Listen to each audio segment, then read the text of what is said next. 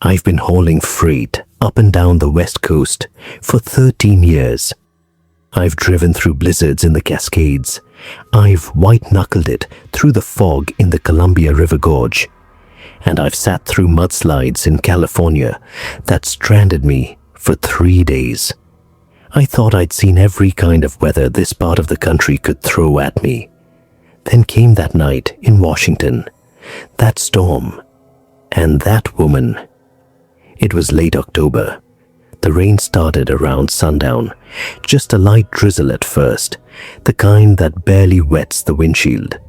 But by 9 o'clock, it had turned into something else, something biblical. The rain was coming down in sheets, so thick I could barely see the white line on the side of the road. The wind was howling, rocking my trailer back and forth like it was a toy. I was hauling a load of lumber from Seattle down to Portland, and I was on a stretch of 805 just south of Olympia when I saw her.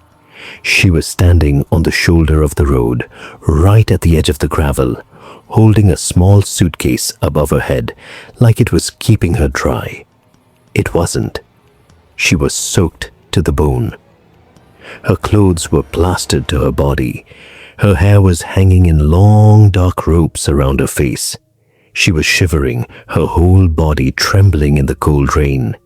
She looked pitiful. She looked desperate. And she was waving at me. I slowed down. I know the rule. I know you're not supposed to pick up hitchhikers. Every trucker knows that. But it was late. It was pouring rain. And she was a woman alone on a dark highway in the middle of nowhere. I couldn't just leave her there. I pulled over to the shoulder, the gravel crunching under my tires, and I opened the passenger door. She didn't say anything at first. She just climbed up into the cab, her wet shoes squeaking on the metal step. She sat down in the passenger seat and closed the door. Water was dripping off her in rivulets, pooling on the seat, puddling on the floor. She was shivering violently. Her lips were blue. I cranked up the heat and pointed the vents at her. I said, "Where are you headed?" She didn't answer.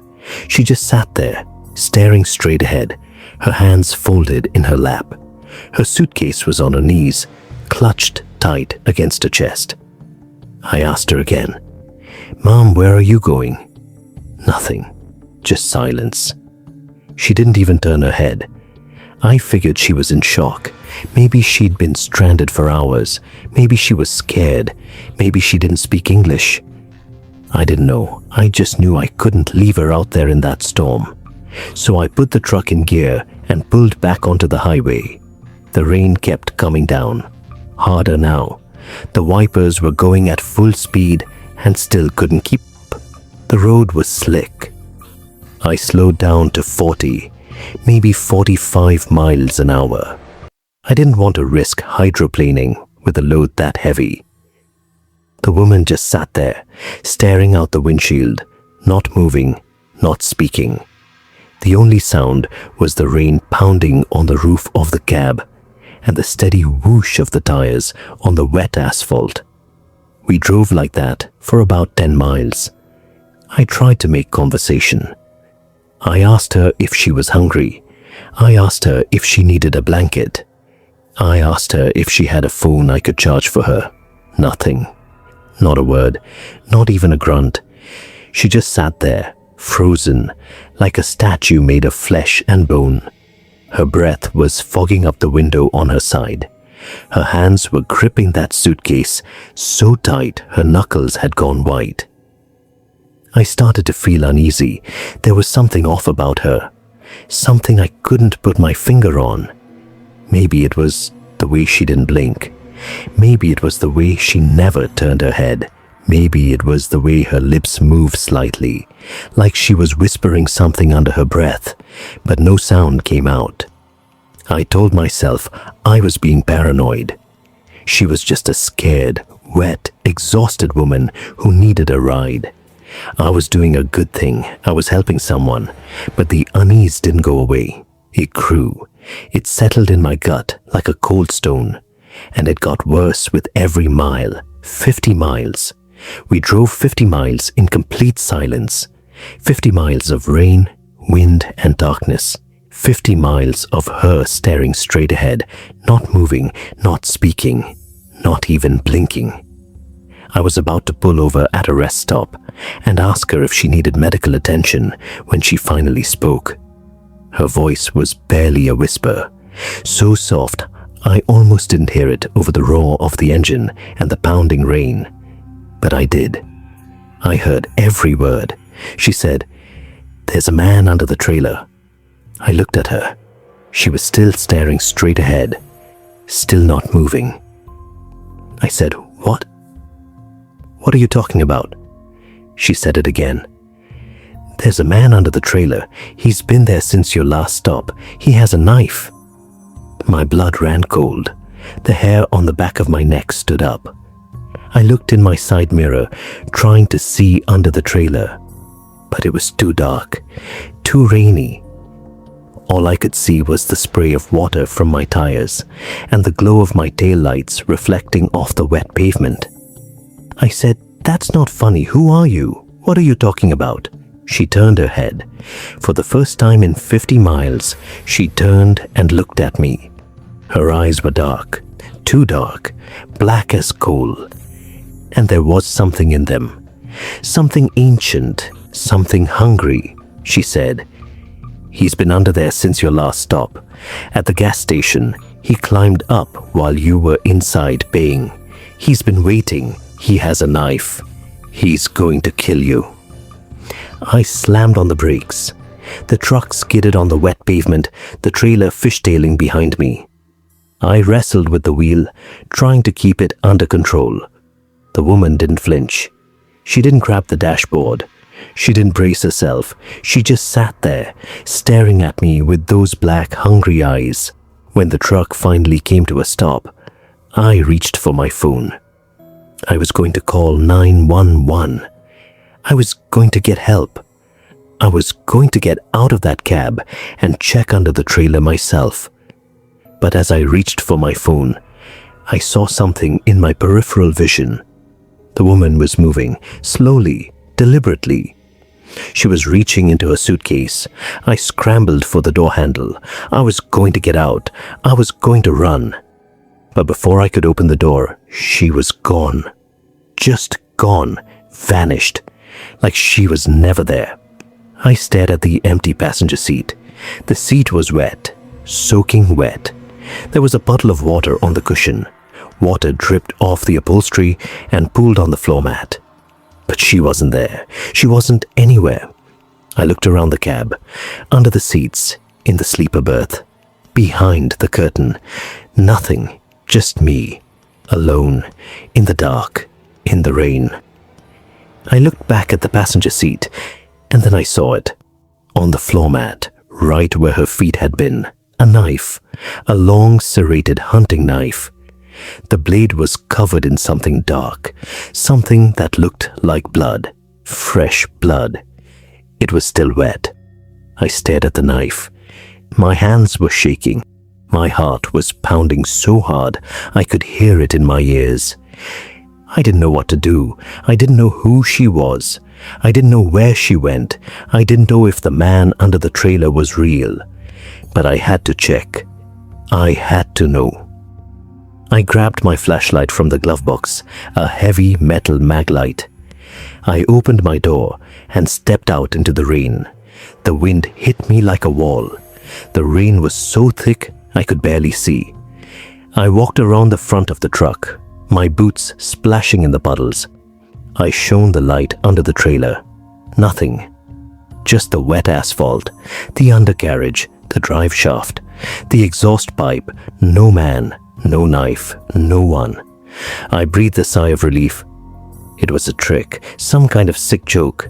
She was just a crazy woman who wanted to scare me. Well, she succeeded. But there was no man. There was no threat. I was safe. I walked back to the driver's side door and climbed back into the cab. I sat there for a moment, just breathing, trying to calm my racing heart.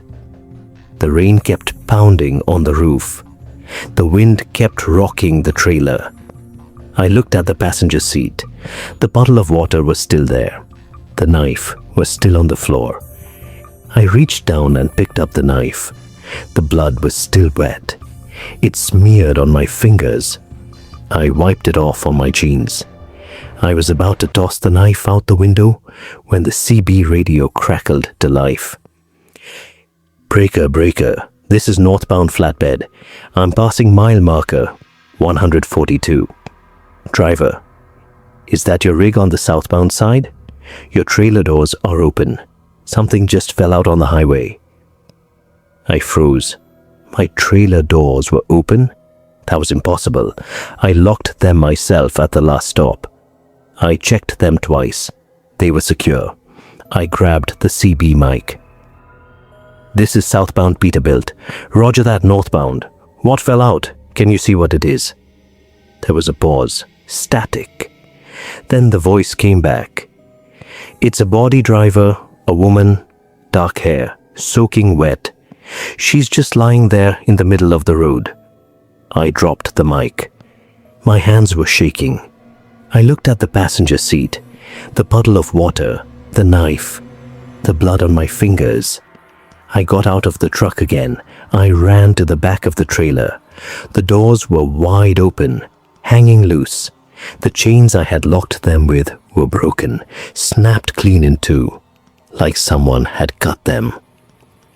I shone my flashlight inside the trailer. My load of lumber was still there, strapped down, secure. But in the middle of the floor, right where the doors had been, was another puddle of water and a pair of wet footprints leading from the back of the trailer to the edge, like someone had been standing there, waiting. I walked back to the front of the truck. I didn't know what to do. I didn't know who to call. I just stood there in the rain, shivering, staring at the open trailer doors. Then I heard something behind me, a whisper, soft, faint, barely audible over the wind and the rain. You should have kept driving. I spun around. No one was there, just the empty highway, the rain, the darkness. But on the ground, right where I had been standing, was the knife. The same blood. But now, the blood was spelling out a word, one word, written in the wet gravel. Run! I didn't run. I couldn't. My legs wouldn't move. I just stood there, staring at that word, my heart pounding in my chest. Then I heard another sound. From under the trailer, a scraping sound, like metal on metal, like someone dragging a knife along the underside of the frame. I dove into the cab. I slammed the door. I locked it. I started the engine and floored it. The tires spun on the wet gravel for a second before catching. I shot forward, my trailer swinging wildly behind me. I drove like that for miles. I don't know how far. I didn't stop. I didn't slow down. I just drove. The rain kept coming. The wind kept howling. And I kept looking in my rearview mirror, expecting to see something. Someone. But there was nothing. Just empty highway. I made it to Portland. I made my delivery. I dropped the trailer at the warehouse and parked my truck at the terminal. I sat in the cab for a long time, just staring at the empty passenger seat. The seat was dry now. The knife was gone. I had thrown it out the window somewhere on the highway, but the memory of that night was still there. It would always be there. I called my dispatcher and told him I needed a few days off. He didn't ask any questions. I think he could hear it in my voice, the fear, the exhaustion, the brokenness. I went home to my wife. I told her I was sick. I told her I needed to rest. She didn't ask any questions. She just held me and let me sleep. But here's the thing. Here's why I'm telling you this now. That was 6 months ago. I've been back on the road for 4 months. I've driven that same stretch of I 5 dozens of times. I've never seen the woman again. I've never seen the knife again. I thought it was over. I thought I was safe. But last week, I got a text message from an unknown number. It just said, "He's still under there. He's always under there." I checked under my trailer. Nothing. Just the wet pavement, the undercarriage, the drive shaft. But when I got home that night, I found something on my porch. A small suitcase. The same suitcase. The one the woman was carrying. It was sitting there, right next to my front door. Soaking wet. Dripping water on the welcome mat. I opened it. Inside was a photograph. A picture of me, sleeping. In my own bed. Taken from the foot of the bed. I don't remember anyone taking that picture. I don't remember anyone being in my room. And on the back of the photograph, written in that same spidery handwriting, was a message. "He'll find you. He always finds you. And this time, he won't be under the trailer. He'll be in the house." I haven't slept in my bedroom since. I sleep on the couch with a shotgun next to me. My wife thinks I've lost my mind. Maybe I have. Maybe I never had it to begin with. But last night, I heard scratching, coming from the floorboards, from under the house. And when I went to the basement to check, I found something. A knife. The same knife, the same blood, and a fresh puddle of water on the concrete floor.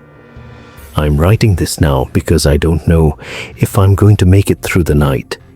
The rain is starting again, the wind is picking up, and I can hear footsteps on the porch. If you ever pick up a hitchhiker in the rain, if you ever see a woman standing on the shoulder with dark hair and black eyes, don't stop. Don't slow down. Don't even look at her. Because she's not looking for a ride, she's looking for someone to deliver. And once she delivers you, there's no escape. He'll find you. He'll always find you. The footsteps are getting closer. I can hear the doorknob jiggling. I have to go. I have to check the lock.